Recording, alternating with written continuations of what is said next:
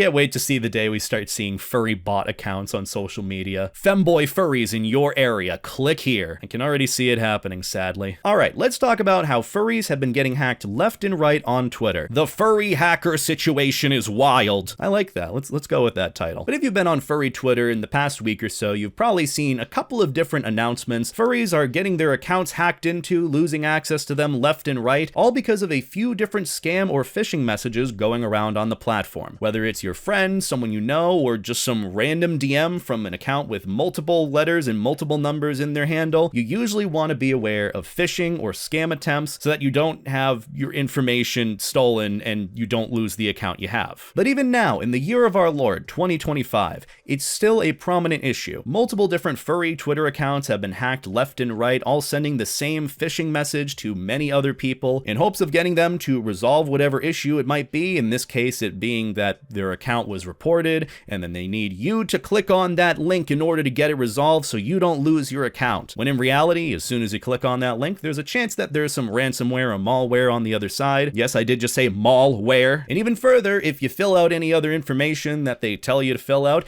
that's how they get access to your account. You lose it, and then they repeat the process with yours. They send the same scam or phishing message, copy and pasted, to multiple other accounts that you follow or follow you, and the process never ends. But it can stop with just a little bit of awareness or common sense with perusing the internet. So let's talk about the phishing problem on furry Twitter, or just on Twitter in general. I mean, the focus is always going to be furry here, because hi, furry YouTuber. I'm waving at the camera even though you can't see me. And I want to give a couple of tips that I've learned on how to keep yourself safe and be a bit more aware of some of these phishing attempts, which the bottom line is, don't click links from people that you don't know. And even in the case of someone sending you a message that you do know, if it's too good to be true, it's probably too good to be true. Which I gotta ask, how am I seeing so many different furries falling for this? I know there's the stereotype of furries are in IT departments, which I feel like is the prime department to know about this specific thing. Shouldn't you be a little bit smarter about what you click on? I know the femboy furries in your area, click here now message seems very enticing, but have a little bit of restraint. There are places to go for that. I mean, like 50% of furry Twitch streamers, but hey, you know, you could do whatever you like. I even saw in some posts where I was asking about it,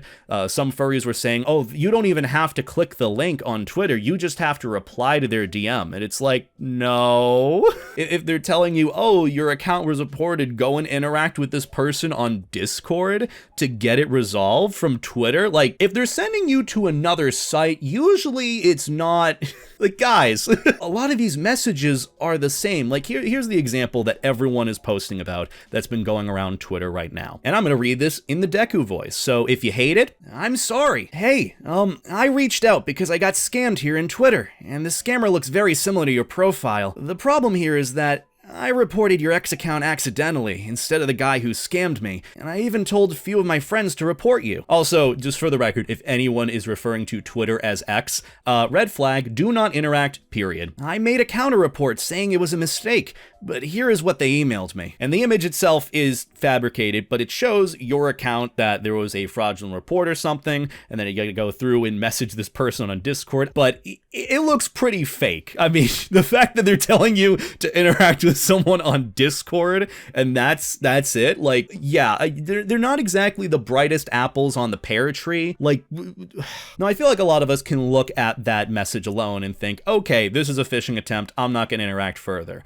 And most of the time, you're smart enough to understand that. However, everyone has their own sort of innate fear that a lot of these different phishing accounts hone in on. And trust me, I have been close to accidentally clicking some of these links that I get, not from Twitter specifically, but even from just text messages I get. Like, there was one going around a little bit ago for like the toll pass that I end up having, where there was a phishing message sent to me saying, hey, you have an outstanding balance on this account, you need to click here to resolve it. And then it's just a link that has nothing but numbers and letters, no even proper redirection to the website that is associated with that pass. So at first I was thinking, oh shit, I gotta pay this immediately, because, you know, fear of the gods themselves of not paying a bill or owing money or something. I would have just immediately clicked that. However, I looked at the context clues of the message and saw that the link itself looked a little bit suspicious, and even when I went to log into my account separately outside of the message, there was nothing missing and no outstanding balance. So that's when I figured out, okay,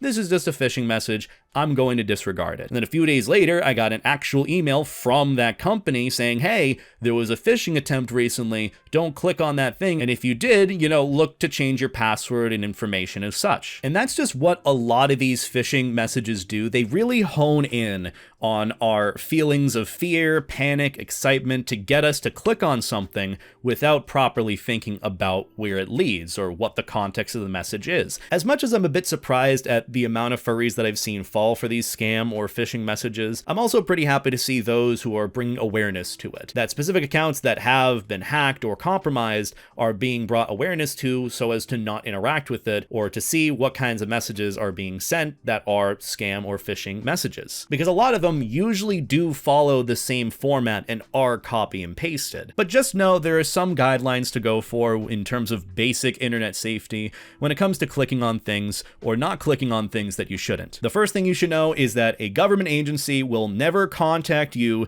via any other method unless it's snail mail. They will send you mail that is physical mail. If the link does not have a reference for where it's supposed to go or where the user says it's going, if it doesn't show a preview of where it's going, then usually you want to steer clear of it. Most of the time, if they're sending you a link to a website that is very commonly used, sometimes there will be a preview window of that website that is coming up. For the case of artists that I've commissioned, whenever they sent me the full res download of a commission that I get, it'll show a preview of what the name of the file is from Google Drive, which is very easy to tell that, okay, this is probably the actual commission. Be wary of random messages that claim to be urgent or have imminent or severe consequences. If they're trying to redirect you to another website that is not the current website that you're on, which is Twitter usually for the case of furry Twitter accounts getting hacked, then yeah, you probably don't want to click on that. And if it seems real, go directly to the real website yourself outside of clicking the link. And this specific tip is to help artists out there. If you are in the process of working with a client and they're commissioning you, have them send their ref sheets or whatever references for what they're looking for. Don't have them send their reference as a link, have them send it to you as an actual image. It's a small thing, but I feel like could very well even have happened or be a problem in the future with artists taking commissions. They fill out the form and they see the link to the ref sheet and it may or may not lead to a Google Drive or wherever, and it ends up being a website with malware or ransomware. And especially the bare basic one, don't click on random links. Either way, there's not much else to talk about with regards to this subject besides spreading awareness and keeping up common safety practices online with two-factor authentication, which this is your reminder for this video. If you haven't changed your passwords or set up 2FA, you probably should. But either way, all I really wanted to do was bring some awareness to this going on Twitter. So hopefully whichever social media site you're on, or I guess even email or text message you receive, you're a little bit wiser on the threat of phishing and or scamming. So on that note, thank you all for watching. If you enjoyed this, be sure to let me know in the comments. I know I'm doing a different style of video, which is just gameplay commentary. The reason why I didn't do face cam for this, I have the ugliest fucking pimple on my nose and I can't get rid of it, and I'm self-conscious, so maybe next time we'll make this face cam, who knows. But either way, that's about gonna do it for me. Have a lovely night, take care, life stay jacket, treat people like people, and that's about it for me, guys. See you later.